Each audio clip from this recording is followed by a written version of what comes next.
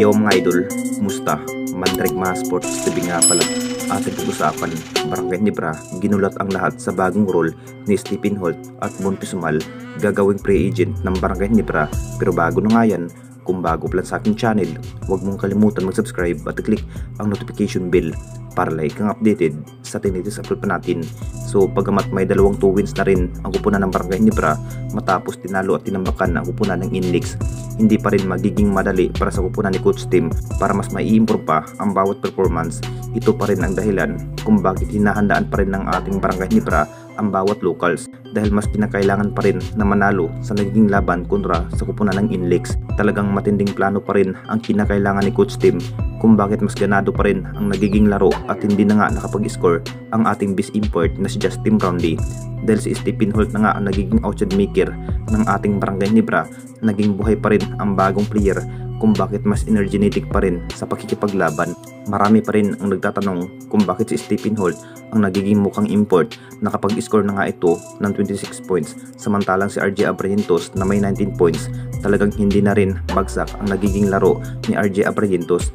Mas matindi pa pala ang nagiging big role itong si Stephen Holt mga idol. Kung bakit siya na nga ang nagiging focus ng ating Barangay Ginebra, masasabing si Stephen Holt pa rin ang nagdadala sa opensiba at 15 minutes na playing time. Talagang malaking big role pa rin ang kanyang ginampanan itong si Stephen Holt, at lalo na sa kanyang bilis, agresibo sa bawat laban.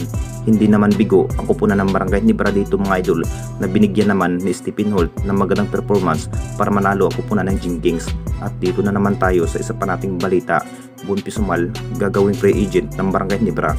Alam naman nating lahat mga idol, naging mukhang walang maaambag itong si Bon Pisumal simula nakuha itong si RJ Abrientos at Stephen Holt ang mga bagong player. Talagang maikli pa rin ang kanyang nakukuhang playing time.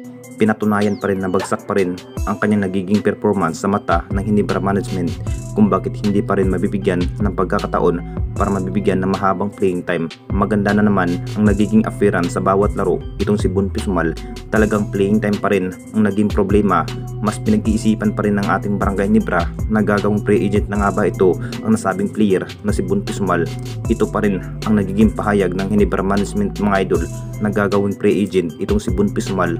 Confirm na rin ni Al Francis Chua mga idol, gagawing pre-agent na nga ito ang nasabing player na si Bon Pisumal. Posibleng ito na rin ang hinihintay ni Bon Pisumal dahil nasa isip pa rin ni Bon Pisumal kung magtatagal pa nga ito. Sayang na sayang pa rin ang kanyang bawat ensayo at ball handling kung walang kumpiyansa ang Ginebra management na mabibigyan ng mahabang playing time ang nasabing player na si Bon Pisumal.